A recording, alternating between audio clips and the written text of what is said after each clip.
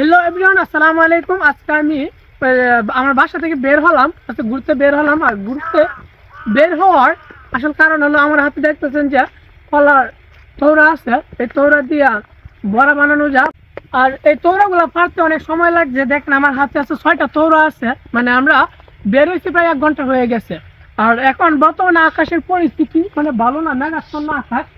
তাই আমরা ভাবতেছি যে বেশি দেরি করবো না, খুব শীঘ্রই চলে যাব বাসায়। আমার সাথে আছে আমার ছোট ভাই আছে।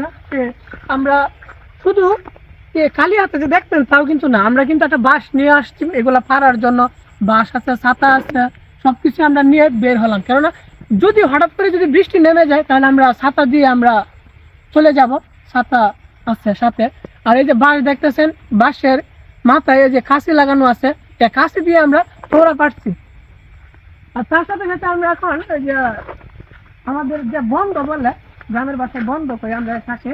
আর এই বন্ধ দিয়ে আমরা যাইতেছি, ধানটা প্রাইজ দিয়ে আমরা হাঁটতেছি। আর আমরা বাসায় যাইতে আরো লাগবে 10 থেকে 15 মিনিট সময় লাগতে পারে আমাদের। আর ইচ্ছালে সময় আছে, আরো অনেক সময় আছে, সেজন্য আমরা আস্তে আস্তে রিল্যাক্স আমরা চলে যাব। আর দেখেন কত সুন্দর ধান ক্ষেত। আমার চারপাশে যে ধান ক্ষেত আছে, ধান ক্ষেত গুলো অনেক সুন্দর।